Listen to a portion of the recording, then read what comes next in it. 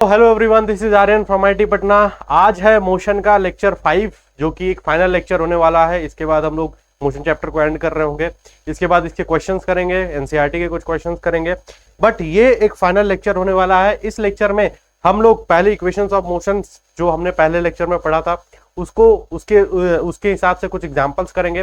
फिर हम लोग मेन जो सबसे इंपॉर्टेंट होता है और जो सबसे ज्यादा कंफ्यूजिंग लगता है बच्चों को, ग्राफ्स। तो आज हम पूरा ग्राफ को एक साथ पढ़ने वाले हैं। एक एक चीज के बारे में मैं तुमको बताऊंगा यहां पर, और हर एक चीज की क्लियर अंडरस्टैंडिंग मैं तुमको देकर जाऊंगा। ठीक है, तो चलो स्टार्ट करते हैं।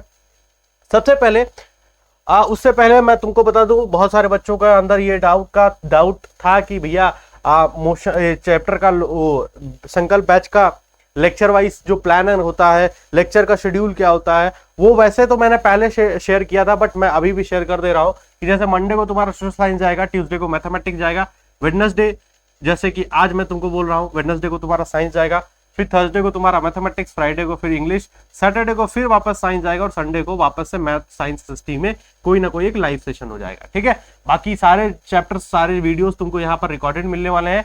संडे में जो सेशन होगा वो तुम्हारा लाइव होने वाला है। ठीक है, तो बढ़ते हैं हम आगे और अपने टॉपिक पर आते हैं। तो हमने क्या क्या पहले लेक्चर में पढ़ रखा था सर? इक्वेशन ऑफ मोशन आपने पढ़ा रहा था। तो एक बार इक्वेशन ऑफ मोशन की हम लोग रिवाइज कर लेते हैं कि यार इक्वेशन ऑफ मोशन में हमने क्या क्या पढ़ा था। पहली चीज, पहला इक्वेशन ऑफ मोशन पढ़ा था v is equals to u plus AT।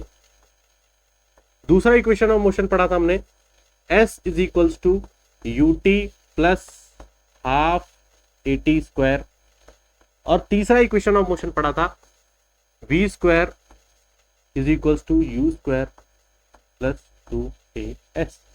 ये हमने पढ़ा था। अब यहां पर एक चीज मैंने बताई थी, यहां पर जितनी भी चीजें थी, जितने भी इक्वेशंस ऑफ मोशन मैंने पढ़ा रखा है, सबसे पहले यहां पर अगर जो केस यूनिफॉर्मली एक्सिलरेटेड वाला होना चाहिए, मतलब कि अगर कोई बॉडी मोशन कर रही है तो उसमें यूनिफॉर्म एक्सिलरेशन होना चाहिए, तभी आपकी ये इक्वेशंस ऑफ मोशन वैलिड होने वाली है। ठीक है, ये यूनिफॉर्म एक्सिलरेशन वाली केसेस होने वाले हैं। अब यहां पर अगर मैं तुमको बताऊं कि v इज इक्वल्स टू जो फाइनल v होता है, ये फाइनल वेलोसिटी होती है, u तुम्हारा इनिशियल वेलोसिटी को डिपेंड करता है, बोलता है, और a तुम्हारा एक्सिलरेशन को डिनोट करता है, t तुम्हारा टाइम को डिनोट करता है। ठीक है, मेन नीचे आते हैं तो s तुम्हारा डिस्टेंस कवर को होता है।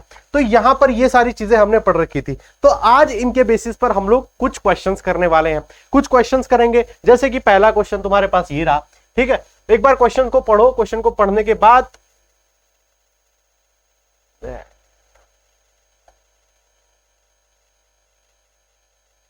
एक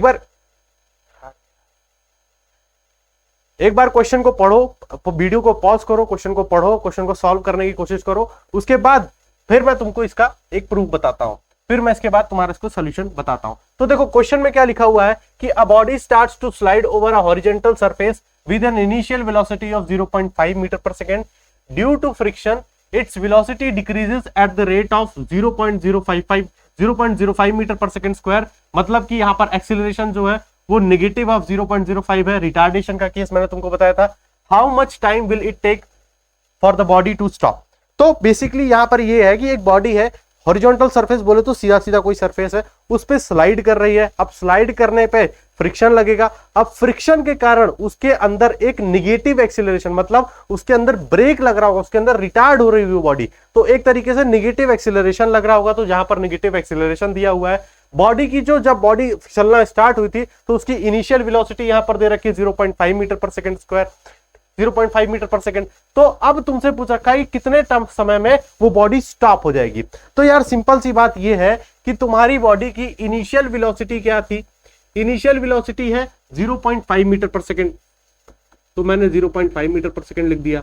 ठीक है, अब इसी बॉडी की एक्सीलरेशन तुम्हें दे रखी है, तो यहां पर एक्सीलरेशन क्या दे रखा है? Negative of 0.05 metre per second square. ठीक है, समझे? अब तुमको पता है कि बॉडी स्टॉप हो जाएगी तो उसकी फाइनल वेलोसिटी क्या होगी? तो बॉडी जब रुक जाएगी तो उसमें इसकी फाइनल वेलोसिटी हो जाएगी 0 मीटर पर सेकेंड स्क्वायर, जो 0 मीटर पर सेकेंड। ठीक है, इनिशियल वेलोसिटी दी थी, एक्सीलरेशन नेगेटिव है तो बॉडी रुक जाएगी, रुकने पर फाइनल वेलोसिटी क्या आएगी? 0 मीटर पर सेकेंड। तुमसे क्या पूछ रखा है? टाइम पूछ रखा है। अब एक चीज बताओ, तुमको इस ऐसी इक्वेशन यूज करने जिसमें v u a और t हो। तो ऐसी कौन सी इक्वेशन थी, थोड़ा एक बार ध्यान से देखो, ऐसी कौन सी इक्वेशन थी सर, यह थी कि यहां पर v भी है, u भी है और a भी है और t भी है। तो पहली इक्वेशन ऑफ मोशन का हम लोग यहां पर यूज करने वाले हैं। ठीक है भैया, पहली इक्वेशन ऑफ मोशन का आप यूज कर लो। तो पहली इक्वेशन क्या थी, v is equals to u plus A T, ये थी पहली इक्वेशन ऑफ मोशन। तो v तुम्हें दे रखा क्या, 0 metre per second square is equals to u तुम्हें 0.5 मीटर पर सेकेंड दे रखा है, प्लस एक्सीलरेशन क्या दे रखा है, माइनस ऑफ 0.05 इंटू टी हमको निकालना है, टी हमको निकालना है। तो एक काम करो, इसको जब इस तरह से माइनस करोगे इधर से इसको एक काम करो, 0 इज इक्वल्स टू ये क्या हो जाएगा 0.5 माइनस 0.05 टी। आई होप ये दिख रहा होगा तुम लोग को, हाँ ठीक है। अब ये नेगेटिव में इधर आके क्या हो जाएगा पॉजिटिव में, तो ये जब पॉजिटिव में आएगा तो ये क्या आएगा 0.05 टी इज इक्वल्स टू 0.5। अब t की वैल्यू यहां पर रखेंगे तो t इज इक्वल्स टू ये 0.05 को नीचे चला ले आएंगे तो 0.5 अपॉन 0.05। अब तुम्हें पता है कि नीचे से अगर ऊपर से हम एक डेसिमल को हटाते हैं तो इसके बाद जितने भी डिजिट्स होते हैं उसका एक पॉइंट नीचे आता है, तो ये 10 नीचे आ जाएगा। यहां से सेम ऐसे जब हटाएंगे तो इसका ऊपर चला जाएगा, तो 2 0 ऊपर चले जाएंगे, तो ये 2 0 ऊपर चले गए। आई होप ये चीज तुमको समझ में आ गई, ये क्लास 8 का काम है। ठीक है, एक 0 से ये एक 0 कट गया, इस 5 से ये 5 कट गया, तो हमको t यहां पर क्या आ रहा है, t आ रहा है 10 सेकेंड्स। ठीक है, तो t तुम्हारा आ गया 10 सेकेंड्स और ये तुम्हारा आंसर है। चीज आई थिंक ये बात तुमको समझ में आ गई होगी। तो यहां पर सिंपल हमको ये करना है कि हमको वैल्यूज रखनी है, वैल्यूज रखने के बाद हम इक्वेशंस ऑफ मोशन लगाएंगे और सॉल्व कर देंगे। आई होप ये बात समझ में आ गई। तो हम नेक्स्ट क्वेश्चन पे मूव करते हैं। नेक्स्ट क्वेश्चन पे देखो, अब नेक्स्ट क्वेश्चन भी यही कह रहा है कि scooter is moving at a speed of 10 metre per second is stopped by applying brakes. ठीक है, फिर which produce a uniform acceleration of minus 0.5 meter per second square, how much distance will be covered by the scooter before it stops। फिर से वही बात है कि यार स्कूटर चल रहा था किसी एक इनिशियल वेलोसिटी से, ठीक है, उसमें जब हम लोग ब्रेक लगाएंगे मतलब रिटार्डेशन हुआ तो नेगेटिव एक्सेलरेशन हुआ है, और नेगेटिव एक्सेलरेशन यहां पर दे रखा है कितना, minus 0.5 metre per second square. तो यहां पर नेगेटिव एक्सेलरेशन वापस हुआ, जब नेगेटिव एक्सेलरेशन हुआ तो वो स्कूटर रुक जाएगा क्योंकि ब्रेक तुमने लगाया, और जब ब्रेक लगाया स्कूटर रुक गया तो उसकी फाइनल वेलोसिटी क्या हो गई 0 मीटर पर सेकेंड। तो हमसे क्या पूछ रखा है, हमसे इस बार जैसे पिछले वाले क्वेश्चन में टाइम पूछा था, इस बार हमसे पूछ रखा है कि डिस्टेंस कितनी कवर करेगा सर। तो डिस्टेंस कवर करने के लिए हमने फिर से वही फॉर्मूला लगाना है, फिर से वही इक्वेशंस ऑफ मोशन लगानी है। तो ऐसी इक्वेशंस ऑफ मोशन चूज करनी है जिसमें, ऐसी इक्वेशंस ऑफ मोशन चूज करनी है जिसमें हमें v दे रखा है, फाइनल वेलोसिटी क्या होगी 0 होगी क्योंकि रुक गया है स्कूटर 0 मीटर पर सेकंड, इनिशियल वेलोसिटी क्या थी 10 मीटर पर सेकंड दिया हुआ है। ठीक है, एक्सीलरेशन क्या है, क्योंकि यहाँ के रिटार्डेशन हो रहा है तो एक्सीलरेशन नेगेटिव में होगा और कितना होगा 0.5 मीटर पर सेकंड स्क्वायर। ठीक है, तो हमसे अभी क्या पूछा है, हमसे पूछा है कि डिस्टेंस कितनी कवर होगा, मतलब s पूछ रखा है। तो एक ऐसी इक्वेशन बताओ जिसमें v u a और s हो।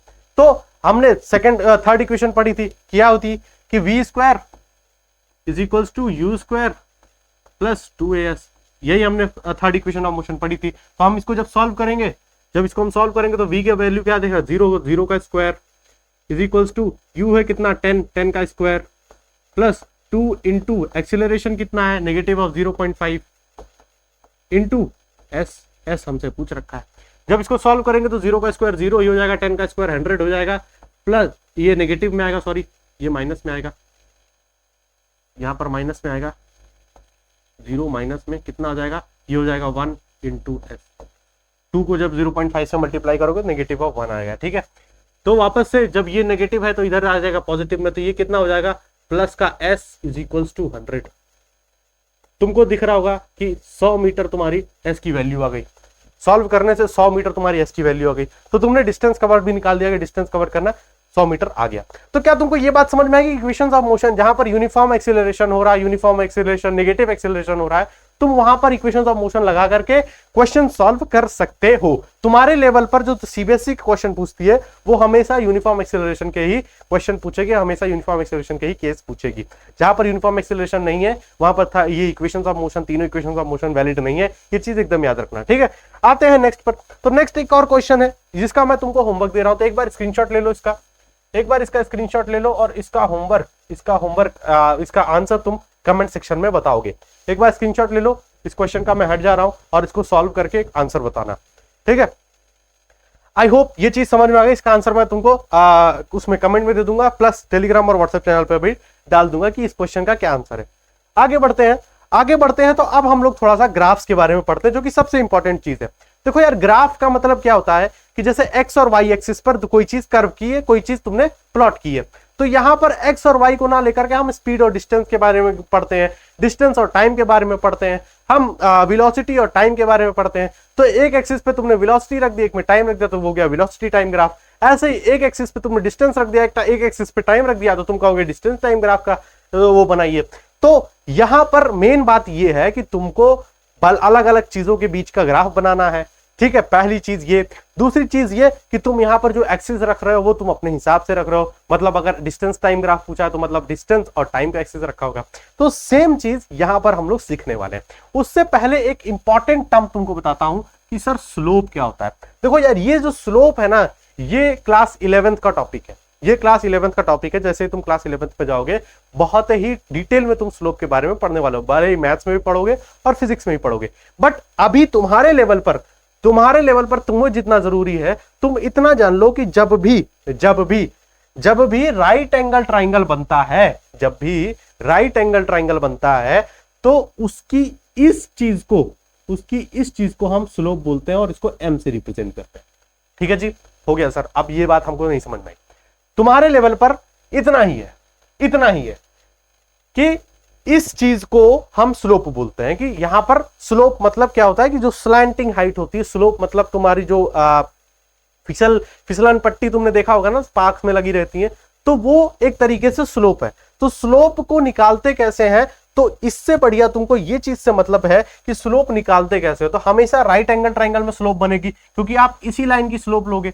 इस लाइन का स्लोप तो 0 है, आपको पहले ही पता चला इसमें कितना ही झुका हुआ है। ये झुकाव होता है सिंपली स्लोप का मतलब। तो क्या ये लाइन झुका हुआ है? नहीं, तो स्लोप इसका क्या हो जाएगा? 0 हो जाएगा। ऐसे ही तुमको पता चल रहा है। यहां पर इसका स्लोप कितना हो जाएगा? तुमको पता है ये झुका नहीं है, ये एकदम स्ट्रेट है, तो यहां पर इसका स्लोप 1 हो जाएगा।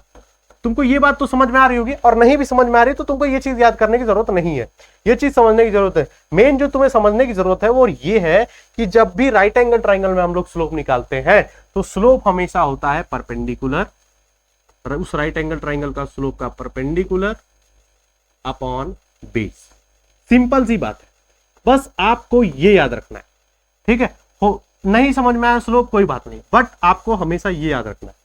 ठीक है, वो तो 11th में आप समझोगे स्लोप के बारे में, बट हमेशा ये याद रखना कि जब भी राइट एंगल ट्राइंगल में बन रहा है, तो हम उसका स्लोप निकालने के लिए उसका परपेंडिकुलर और उसके बेस को डिवाइड कर देते हैं, सिंपल उसका स्लोप निकल जाता है। ठीक है, ये हमको बेसिक इंपॉर्टेंट चीज तुमको बतानी थी। आगे बढ़ते हैं, अब हम डिस्टेंस और टाइम ग्राफ के बारे में पढ़ते हैं। मतलब एक ग्राफ जिसके डिस्टेंस और टाइम के बीच में, एक ग्राफ डिस्टेंस और टाइम के बीच में। ठीक है जी, तो डिस्टेंस और टाइम के बीच में, तो डिस्टेंस टाइम ग्राफ बोला है, तो ये एक्स एक्सिस होगा, ये वाई एक्सिस होगा, और ये एक्स एक्सिस होगा। ठीक है, ये एक्स एक्सिस होगा। ठीक है, अब मैं तुमको एक चीज बताता हूं। जब भी तुम याद करो, पहला लेक्चर जब देखे होगे तुमने, पहला लेक्चर में मैंने तुमको एक केस बताया था कि यूनिफॉर्म स्पीड से अगर कोई बॉडी चल रही है, यूनिफॉर्म स्पीड से अगर कोई बॉडी चल रही है, तो क्या वो इक्वल डिस्टेंस कवर करेगी इक्वल टाइम इंटरवल में? तुमको ये चीज तो पता है। तो इक्वल डिस्टेंस कवर करेगी इक्वल टाइम इंटरवल में। तो तुम यहां पर देखोगे ध्यान से कि मानकर चलो, एक एग्जांपल लेते हैं कि एक स्कूटर चल रहा है, एक तुम एक गाड़ी चला रहे हो। ठीक है, एक गाड़ी चला रहे हो। अब इस गाड़ी की स्पीड तुमने अब यहां से इक्वल डिस्टेंस कवर करना है। तुमने 1 सेकंड बाद देखा क्या कि ये गाड़ी 10 मीटर चल चुकी है। ठीक है, 2 सेकंड बाद देखा कि गाड़ी 20 मीटर चल चुकी है। फिर 3 सेकंड बाद देखा कि ये गाड़ी 30 मीटर चल चुकी है। फिर 4 सेकंड बाद देखा तो ये गाड़ी 40 मीटर चल चुकी है। तो क्या तुमको एक बात समझ में आ रही है कि इक्वल टाइम इंटरवल्स में आप इक्वल डिस्टेंसेस कवर कर रहे हो कि नहीं कर रहे हो? तो क्या इसका ग्राफ हम लोग बना सकते हैं? जी सर, बिल्कुल बना सकते हैं। तो आगे वाली स्लाइड पर देखो, क्या मैंने एक चीज समझाई कि 1 सेकंड पे आपने 10 मीटर कवर किया कि नहीं किया? कर लिया सर। 2 सेकंड पे आपने 20 मीटर कवर किया कि नहीं किया? किया सर। 3 सेकंड पे आपने 30 मीटर कवर किया कि नहीं किया? 4 सेकंड पे आपने 40 मीटर कवर किया। सेम 5 सेकंड पे आपने 50 कवर किया, और 6 सेकंड पे आपने 60 मीटर कवर किया। तो जब आप इनको मिलाओगे प्लॉट करते जाओगे, मतलब 1 मीटर पे 10 सेकंड चला, 2 सेकंड पे 20 मीटर चला, 3 सेकंड पे 30 मीटर चला, 4 सेकंड पे 40 मीटर चला, 5 सेकंड पे 50 मीटर चला, 6 सेकंड पे 60 मीटर चला, तो आप क्या देख रहे हो कि ये स्ट्रेट लाइन है। तो क्या यूनिफॉर्म स्पीड से कोई भी बॉडी चलती है तो उसके डिस्टेंस और टाइम ग्राफ के बीच में आप स्ट्रेट लाइन बोल सकते हो कि उसका स्ट्रेट लाइन हमेशा डिस्टेंस टाइम ग्राफ उसका हमेशा स्ट्रेट लाइन होगा। क्या तुमको ये बात समझ में आ रही है? आई थिंक ये बात तुमको समझ में आ रही होगी। क्लियर है क्या कि भैया अगर कोई ग्राफ अगर आप बना रहे हो डिस्टेंस और टाइम का और यूनिफॉर्म स्पीड से कोई ऑब्जेक्ट चल रहा है तो उसके बीच का जो ग्राफ होगा वो हमेशा स्ट्रेट लाइन होगा। बस मुझे तुम्हें यही बताना था कि हमेशा हमेशा डिस्टेंस टाइम ग्राफ जो होता है यूनिफॉर्म स्पीड के लिए वो हमेशा स्ट्रेट लाइन होता है, वो हमेशा क्या होता है? Straight line. ठीक है, ठीक है सर, ये बात तो आपको समझ में आ गई, ये बात तो हमको समझ में आ गई। अब एक चीज और बताता हूं मैं तुमको, एक चीज और बताता हूं। ठीक है, अभी हमने सर आपने स्लोप बताया, तो अब स्लोप थोड़ा सा मुझे स्लोप के बारे में समझाओ वापस से, स्लोप के बारे में थोड़ा समझाओ। मैंने स्लोप के बारे में तुमको क्या बताया था कि भैया स्लोप तुम्हारा हमेशा राइट एंगल ट्रायंगल में लगता है। तो अगर तुम इस लाइन को देखते हो, इस येलो वाली लाइन को, और इसके यहां तक देखते हो और ये देखते हो, ठीक है, तो क्या तुमको दिख रहा है कि 1 2 3 4 5 6 राइट एंगल ट्रायंगल बन रहे हैं कि नहीं बन रहे? मतलब हर पॉइंट पर राइट एंगल ट्रायंगल बन रहा है। बिल्कुल सर। तो क्या यहां स्लोप का कॉन्सेप्ट लग सकता है? बिल्कुल सर, आप स्लोप का कॉन्सेप्ट लगा सकते हो। तो मैंने क्या बताया था कि स्लोप जो होता है भैया किसी भी राइट एंगल ट्रायंगल का, वो होता है परपेंडिकुलर अपॉन बेस। ठीक है, मान के चलो ये छोटा वाला ही राइट एंगल ट्रायंगल लेते हैं, छोटा वाला ये वाला राइट एंगल ट्रायंगल लेते हैं। इसका परपेंडिकुलर क्या है? इसका परपेंडिकुलर क्या डिपेंड कर रहा है? इसका परपेंडिकुलर बता रहा है कि सर ये डिस्टेंस। ठीक है, परपेंडिकुलर क्या बता रहा है कि ये डिस्टेंस, तो ये मैंने डिस्टेंस बोल दिया। सेम इसी राइट एंगल ट्रायंगल का बेस क्या बता रहा है? सर बेस तो आपका टाइम बता रहा है, तो बेस आपने टाइम लिख दिया। तो डिस्टेंस अपॉन टाइम क्या आ गया? इसका स्लोप। और डिस्टेंस अपॉन टाइम को हम लोग क्या बोलते हैं? स्पीड। क्या आपको एक बात समझ में आ गई कि कोई भी ऑब्जेक्ट अगर यूनिफॉर्म मोशन में है तो पहली चीज उसका डिस्टेंस और टाइम ग्राफ क्या होगा? डिस्टेंस और टाइम ग्राफ उसका क्या होगा कि उसका distance time graph straight line होगा। दूसरी चीज कि डिस्टेंस टाइम ग्राफ, कभी भी तुम डिस्टेंस टाइम ग्राफ बनाते हो तो उसका स्लोप क्या बताता है? उस ऑब्जेक्ट की स्पीड। क्या तुमको ये बात समझ में आई? क्या तुमको ये बात समझ में आई? सेम अगर तुम बड़े वाले राइट एंगल ट्रायंगल में देखोगे तो बेस क्या है? तुम्हारा टाइम है, बेस तुम्हारा ये टाइम है, और परपेंडिकुलर क्या है? ये तुम्हारी डिस्टेंस है। तो डिस्टेंस अपॉन टाइम यहां पर भी आ गया, तो speed is equal to distance upon time. तो क्या तुमको ये बात समझ में आई कि हमेशा डिस्टेंस टाइम ग्राफ का जो स्लोप होता है वो आपकी स्पीड को बताता है। क्या बात आपको समझ में आ गई? क्या बात आपको समझ में आ गई? तो क्या बोलोगे आप कि सर हमेशा हमेशा जो आपका डिस्टेंस टाइम ग्राफ होता है, डिस्टेंस टाइम ग्राफ होता है, वो उसका अगर आप स्लोप निकालते हैं, अगर आप स्लोप निकालते हैं तो क्या स्लोप डिस्टेंस स्लोप स्पीड को रिफर करता है? क्या स्लोप स्पीड को रिफर करता है? स्लोप उसका स्पीड बताएगा? आप कहोगे हाँ, अभी हमने देखा। बट आपने तो बोला था सर कि जो स्लोप होता है वो हमेशा राइट एंगल ट्रायंगल में बनता है, ऐसे राइट एंगल ट्रायंगल में बनेगा, स्लोप हमेशा राइट एंगल ट्रायंगल में बनता है। बट आपने बताया कि यूनिफॉर्म मोशन में ही, जब बॉडी यूनिफॉर्म मोशनली चल रही होगी तभी आपका स्ट्रेट लाइन ग्राफ बनेगा और तभी आप राइट एंगल ट्रायंगल बता सकते हो। ये बात तो आपको क्लियर हो गई होगी ना? ये बात तो आपको डाउट आया होगा ना कि भैया यूनिफॉर्म मोशन में ही हमेशा स्ट्रेट लाइन ग्राफ बनता है, उसी में आप स्लोप निकाल सकते हो। नॉन यूनिफॉर्म मोशन की बात करते हैं पहले। तो सर अगर यूनिफॉर्म मोशन में ऐसा होता है तो नॉन यूनिफॉर्म मोशन में क्या होता है? नॉन यूनिफॉर्म मोशन का ग्राफ हमेशा कर्व्ड आता है। ठीक है, तो आप देखोगे तो यूनिफॉर्म स्पीड में हमेशा डिस्टेंस वर्सेस जो टाइम ग्राफ होता है वो आपका स्ट्रेट लाइन होता है। ये तो आपको समझ में आ गया। अब अगर नॉन यूनिफॉर्म मोशन की बात करें तो सर नॉन यूनिफॉर्म मोशन की बात करें तो डिस्टेंस और टाइम ग्राफ होता है वो आपका कर्व्ड होता है, वो आपका कर्व्ड ग्राफ बनता है। ठीक है, वो आपका कर्व्ड ग्राफ बनता है। क्या बात समझ में आ गई? और इसी कर्व को हम लोग क्या बोलते हैं? पैराबोला। इसी कर्व को हम लोग क्या बोलते हैं? पैराबोला। कि the graph between distance travelled and time is a curved line, जिसको हम पैराबोला बोलते हैं। तो नॉन यूनिफॉर्म स्पीड से अगर कोई बॉडी चल रही होगी या नॉन यूनिफॉर्म मोशन में कोई बॉडी चल रही होगी तो उसका डिस्टेंस टाइम ग्राफ हमेशा कर्व्ड आएगा, और अगर यूनिफॉर्म स्पीड में कोई चल रही होगी तो उसका distance time graph straight line आता है। सिंपल सी बात है, हमेशा स्ट्रेट लाइन, हमेशा ही डिस्टेंस टाइम ग्राफ का जो स्लोप होता है वो आपकी स्पीड देता है। ये चीज आपको याद करके रखनी है, ये चीज आपको समझ के रखनी है। इसके हालांकि इसके ऊपर क्वेश्चन उतने नहीं आते, बट आपको ये चीज मेमोराइज रहनी चाहिए कि इसका स्लोप होता है वो आपकी स्पीड देती है। ठीक है जी, आगे बढ़ते हैं। अब आगे बढ़ते हैं और आगे बढ़ने पर एक कंक्लूजन निकालते हैं कि डिस्टेंस टाइम ग्राफ अगर आपको कहीं पर दे रखा है और आपसे पूछ लिया जाए, मान लो कोई डिस्टेंस टाइम ग्राफ आपसे को दे रखा है और आपसे पूछ लिया जाए कि ये एक काम करो, इसके बारे में बताओ कि क्या ये यूनिफॉर्म मोशन है कि या एक नॉन यूनिफॉर्म मोशन। ठीक है, आपसे अगर डिस्टेंस टाइम ग्राफ देकर पूछ लिया जाए कि यूनिफॉर्म मोशन है कि नॉन यूनिफॉर्म मोशन है, तो उसके लिए मैंने 2 लाइन लिखी हुई है।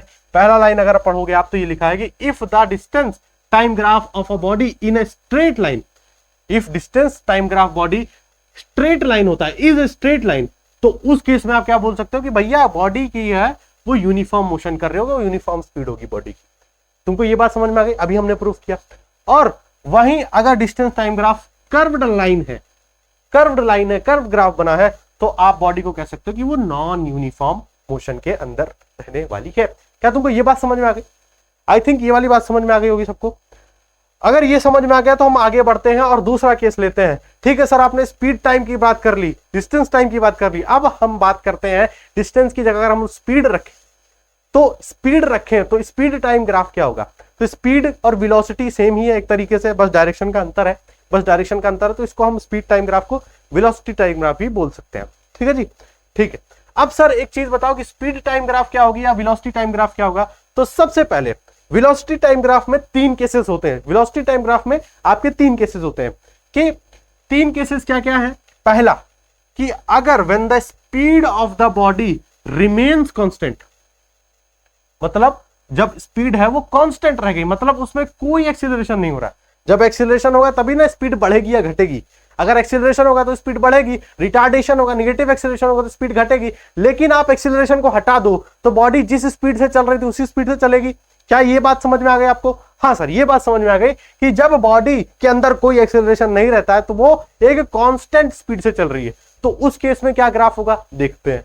दूसरा केस क्या है कि when the speed of the body changes at a uniform rate, मतलब कि यूनिफॉर्म एक्सीलरेशन हो रहा है। दूसरे केस में यह है कि सर एक्सीलरेशन को ऐड करो लेकिन कांस्टेंट एक्सीलरेशन रखो, मतलब कि बॉडी जो स्पीड है वो इंक्रीज हो एकदम सेम अमाउंट में, मतलब सेम अमाउंट में इंक्रीज हो, उसी के वो बोलते हैं हम यूनिफॉर्म एक्सीलरेशन। मतलब जब एक्सीलरेशन हो तो यूनिफॉर्म एक्सीलरेशन हो। और तीसरा लास्ट केस ये है कि नॉन यूनिफॉर्म एक्सीलरेशन हो जाए।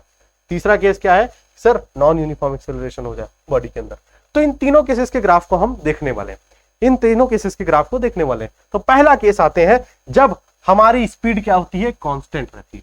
जब आपकी स्पीड ही कांस्टेंट रहेगी और स्पीड टाइम ग्राफ बना रहे हो, मानकर चलो, अभी के लिए मानकर चलो, मैं एक एग्जांपल लेता हूं तुमको, पहले एक एग्जांपल देता हूं, उसके बाद तुमको ये ग्राफ समझ में आ जाएगा। सर एग्जांपल क्या दे रहे हो आप? एग्जांपल में ये दे रहा हूं कि मानकर चलो आप यहां पर हो, ठीक है, ये आपकी कार है इस पॉइंट पर, ठीक है, ये पॉइंट पर कार है और ये कार चल रही है किसी एक स्पीड से, ठीक है, मान के चलो 5 मीटर प्रति सेकंड। अब आपने बोला कि सर मैं एक्सीलरेटर को छोड़ चुका हूं, बट आपकी गाड़ी चलती चली जा रही है, ठीक है, तो आप क्या कहोगे कि स्पीड यहां पर भी 5 मीटर थी, अगले स्पीड पे भी अगले जगह चेक करोगे तो 5 मीटर पर सेकंड, अगले जगह चेक करोगे तब भी 5 मीटर पर सेकंड, ठीक है, अगले जगह चेक करोगे तब भी 5 मीटर पर सेकंड। तो आपने क्या बोला कि सर मैंने एक्सीलरेशन नहीं लिया था, तो गाड़ी हमारी जो स्पीड है वो कांस्टेंट रही है, स्पीड हमेशा एक जगह ही रही है, एक तरीके से ही रही है, ठीक है। बट टाइम चेकिंग का इंटरवल, जैसे यहाँ पे 1 सेकंड पर देखा, फिर 2 सेकंड पर देखा, 3 सेकंड पर देखा, 4 सेकंड पर देखा, तो क्या आप कहोगे कि सर कितने भी टाइम पर देख लो स्पीड वही रहेगी? ये बात समझ में आ गई? क्या ये केस है यहां पर नो एक्सेलरेशन वाला केस है क्या ये? मतलब जो पहला ग्राफ का केस मैं बता रहा था कि नो एक्सेलरेशन, जहां पर एक्सेलरेशन नॉन है, एक्सेलरेशन है ही नहीं, तो नो एक्सेलरेशन वाला केस है, बिल्कुल है। क्या इसका ग्राफ आप देख सकते हो कि ऐसा बन सकता है, ऐसा बन सकता है? मानकर चलो वही गाड़ी का एग्जांपल लो, आपने गाड़ी को चलाया था क्या, आपने गाड़ी को चलाया था क्या कि गाड़ी को हमने 5 मीटर पर सेकंड पे चलाया था, गाड़ी को हमने 5 मीटर पर सेकंड पर चलाया था, ठीक है, तो उसकी स्पीड कहीं 5 मीटर पर सेकंड यहां होगी, ठीक है। अब तुम देखो 0 टाइम पर 5 मीटर पर सेकंड थी, फर्स्ट टाइम पर 5 मीटर पर सेकेंड, मतलब यहां पर सेकेंड टाइम पर, यहां पर थर्ड टाइम पर, यहां पर फोर्थ टाइम पर, यहां पर फिफ्थ टाइम पर भी यहां पर। क्या तुमको पता है कि जब इस पॉइंट्स को मैच करोगे तो तुम्हारी एक स्ट्रेट लाइन आएगी? क्या तुम स्ट्रेट लाइन दिख रही है तुमको? तो क्या तुम ये बोल सकते हो कि स्पीड और टाइम का जो ग्राफ होता है, अगर एक्सेलरेशन नहीं है तो वो स्ट्रेट लाइन और सीधा होता है, मतलब कांस्टेंट ग्राफ होता है? क्या तुमको ये ग्राफ समझ में आया? क्या तुमको ये ग्राफ समझ में आया? अगर ये ग्राफ समझ में आया होगा तो मैं तुमको और एडवांस चीजें बताऊंगा। क्या तुमको ये वाला ग्राफ समझ में आया? क्या जल्दी बताओ। अगर ये वाला ग्राफ जो समझ में आ गया तो अब तुम देख रहे होगा कि ये एक रेक्टेंगल बन रहा है, ये एक रेक्टेंगल बन रहा है। ठीक है, तुम इस रेक्टेंगल का एरिया बताओ।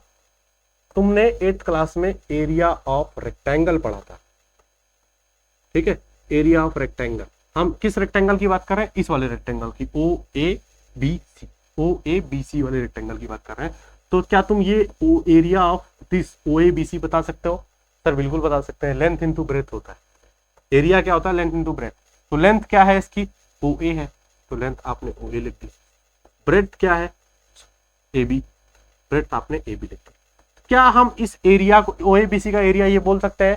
क्या ये चीज मैंने सही लिखी है? ठीक है सर।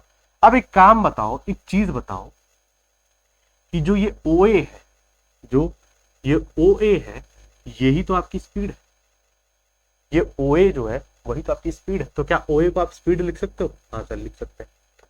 ठीक है, ए बी क्या है? ए बी ही तो आपका टाइम है, ये ए बी ही तो आपका टाइम है ना? ये चीज आपकी टाइम को रिप्रेजेंट कर रही है। तो क्या ए बी की जगह हम टाइम लिख सकते हैं? हाँ सर बिल्कुल लिख सकते हो। तो एक चीज तुमको पहले मैंने बताया था, तुमको पहले से पता होगा क्या कि speed is equals to distance upon time होता है। होता है कि नहीं होता है? होता है सर, बिल्कुल होता है। तुम्हारी अगर टाइम को यहां लेकर चले जाओगे तो ये हो जाएगा स्पीड इंटू टाइम और बराबर में कितना? डिस्टेंस। क्या ये वाली बात समझ में आई? क्या आपको ये बात समझ में आई कि speed into time is equal to distance? ठीक, मतलब जब स्पीड को और टाइम को मल्टीप्लाई करोगे तो डिस्टेंस आएगा। तो यहां आपने यहीं पर यही तो किया है कि स्पीड और टाइम को जब आप मल्टीप्लाई करते हो तो वो क्या देता है? तो वो क्या देता है? डिस्टेंस देता है। क्या आपको एक बात ये समझ में आ गई भैया? आपको ये बात समझ में आ गई कि भैया हमेशा जब भी स्पीड और टाइम ग्राफ बनाएंगे तो उसकी जो एरिया होगी वो हमको डिस्टेंस देगा, वो दे ही रहा है डिस्टेंस। कोई भी ग्राफ हो, कैसा भी ग्राफ हो, ठीक है, तो हमेशा एरिया इसका क्या देगा? इसका एरिया क्या देगा? आपका एरिया इसको देगा डिस्टेंस। का एरिया क्या देगा सर? डिस्टेंस। आई थिंक ये वाली बात समझ में आ गई कि हमेशा इस ग्राफ के एरिया का जो एरिया निकालेंगे वो हमारा डिस्टेंस देगा। और कौन सी ग्राफ की बात कर रहे हैं? स्पीड और टाइम ग्राफ की या वेलोसिटी टाइम ग्राफ की। तो आपको दो चीज समझ में आई। क्या चीज समझ में आई? कि अगर हम डिस्टेंस और टाइम ग्राफ, जो कि पहले हम लोग पढ़ के गए थे कि डिस्टेंस और टाइम के बीच का अगर हम लोग स्लोप निकालेंगे, उस ग्राफ का अगर स्लोप निकालेंगे तो वो हमको स्पीड देगी। ठीक है, फिर दूसरे इधर देखा कि सर स्पीड और टाइम के बीच में अगर ग्राफ बनाते हो तो उस ग्राफ का जो एरिया होगा वो हमको डिस्टेंस कवर्ड देगा। क्या तुमको ये बात समझ में आई? ये चीज नोट करके रख लो, इस चीज को नोट करके रख लो। ठीक है, ये बहुत इंपॉर्टेंट चीज है। जैसे कि मैंने ये चीज तुमको बताई थी कि डिस्टेंस क्या होता है? Speed into time taken, speed into time taken. तो वैसे उसका एरिया निकाल दो। तो एरिया क्या था? Speed into time. इस वाले एक्सिस पे तो टाइम है भाई ना, इस वाले एक्सिस पे स्पीड है, तो स्पीड इंटू टाइम तुमने यहां पर लिखा। और स्पीड इंटू टाइम क्या होता है? डिस्टेंस ट्रेवल्ड होता है। तो तुमको क्या पता चला कि जो एरिया होता है वो तुम्हारा डिस्टेंस ट्रेवल्ड बताता है, डिस्टेंस ट्रेवल्ड बताता है। ठीक है जी, आई होप ये बात समझ में आ गई होगी। आगे बढ़ते हैं। तो अब बात करते हैं कि यूनिफॉर्म एक्सेलरेशन अगर हो रहा है तो याद करो, तब भी एक एग्जांपल लेते हैं भाई, मानकर चलो कि आपका यूनिफॉर्म एक्सेलरेशन हो रहा है, बाइक से हो, ठीक है, आप हो यहां पर, आपका यूनिफॉर्म एक्सेलरेशन हो रहा है, ठीक है, एक मिनट, ठीक है, ये आपका पाथ है, आपका यूनिफॉर्म एक्सेलरेशन हो रहा है, मतलब कि स्पीड हमेशा बढ़ती रहेगी और सेम तरीके से स्पीड बढ़ेगी। मतलब अभी आपकी स्पीड मान लो 5 मीटर पर सेकेंड है, ठीक है, और आपका यूनिफॉर्म एक्सेलरेशन हो रहा है, तो आगे से अगले टाइम पे आपका स्पीड मान के चलो 10 मीटर पर सेकेंड हो गई, फिर अगले पे आपकी स्पीड हो गई मान लो 15 मीटर पर सेकेंड, अगले सेकंड पे आपकी स्पीड हो गई मान लो 20 मीटर पर सेकंड, अगले सेकंड आपकी स्पीड हो गई क्या 25 मीटर पर सेकंड। तो क्या आपको एक बात समझ में आ रही है मेरे भाई कि आपकी स्पीड बढ़ती हुई जा रही है लेकिन कांस्टेंट तरीके से बढ़ रही है। यही तो केस है कि यूनिफॉर्म एक्सेलरेशन हो रहा है। तो यूनिफॉर्म एक्सेलरेशन हो रहा है, यही तो केस है सर कि यूनिफॉर्म एक्सेलरेशन क्या है ये, ठीक है। तो यहां पर यूनिफॉर्म एक्सेलरेशन हो रहा है। तो वही चीज मैं तुमको यहां पर बताने वाला हूं।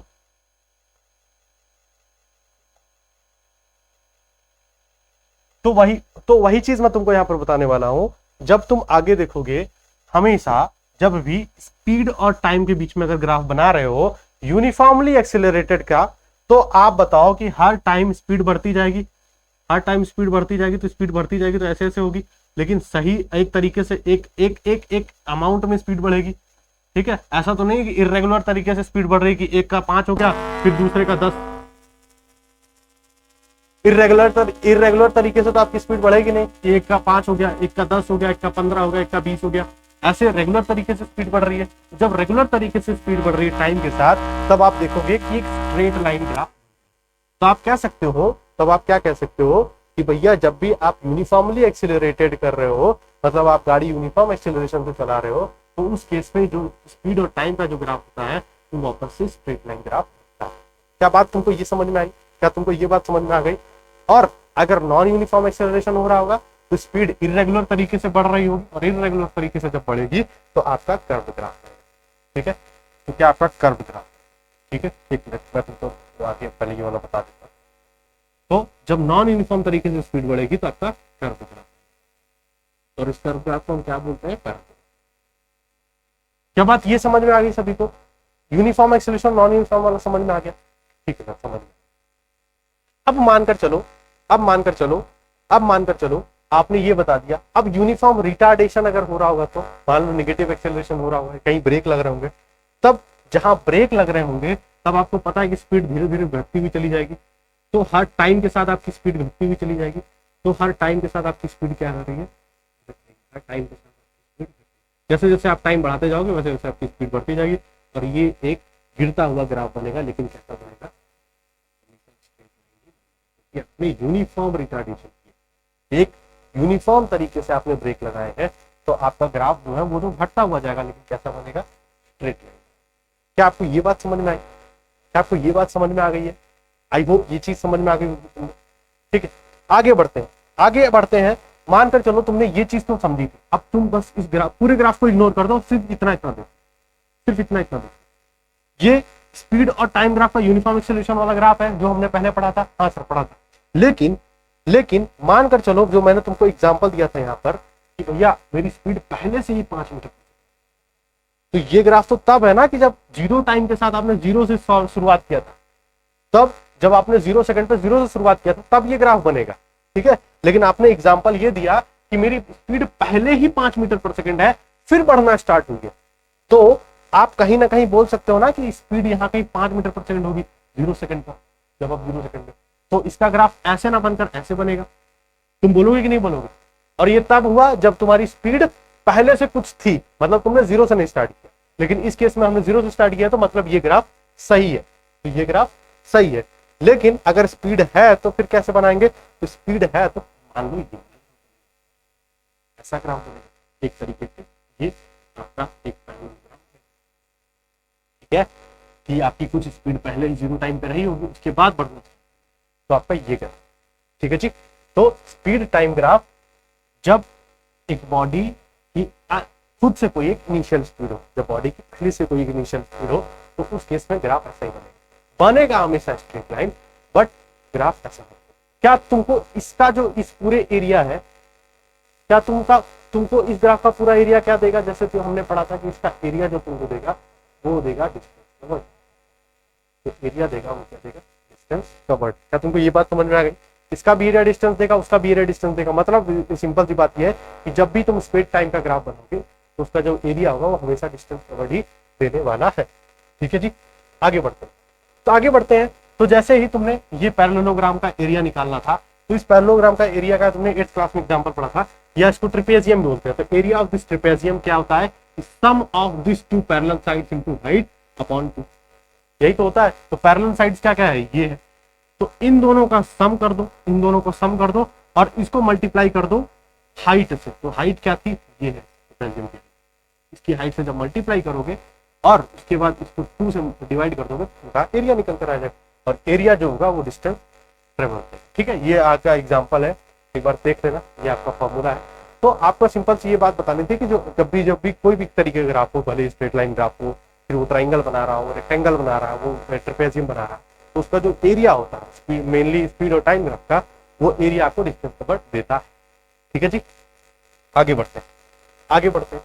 तो यहाँ पर आपने ये चीज समझ ली, ये चीज आपने आगे समझ ली। फिर नॉन यूनिफॉर्म के बारे में हमने तुमको बता दिया कि सर नॉन यूनिफॉर्म जो एक्सेलरेशन होता है उसका आंसर पैराबोला ग्राफ बनता है। तो आई होप तुमको ग्राफ्स वाली सारी चीजें समझ में आ गई होंगी। यही कुल मिला जुला के इतने ही ग्राफ थे। अगर कोई कंफ्यूजन आता है तो एक बार तुम कमेंट सेक्शन में जरूर बताना, और सैटरडे को हम लोग इसका लाइव लेंगे, तो उसमें भी जो तुमको डाउट होगा वो चीज क्लियरिफाई कर लेना, और इसके ऊपर बहुत सारे क्वेश्चन करने वाले हैं। तो एक क्वेश्चन मैंने होमवर्क में दिया, उसको सॉल्व कर रहा हूँ जाकर, उसका आंसर कमेंट सेक्शन में जरूर बताओ। बाकी मोशन चैप्टर आज आपका खत्म हो चुका है, सिर्फ सर्कुलर मोशन बचा है। तो एक सर्कुलर मोशन की एक वीडियो मैं आपके लिए पब्लिक कर दूंगा कभी 1-2 दिन के अंदर। ठीक है, बाकी वीडियो कैसा लगा एक बार चैनल को सब्सक्राइब कर देना, वीडियो को लाइक कर देना, वीडियो कैसा लगा एक बार कमेंट सेक्शन में जरूर बताना। मिलते हैं नेक्स्ट लेक्चर में, तब तक के लिए अपना ख्याल रखो, मस्त रहो, खुश रहो, जबरदस्त।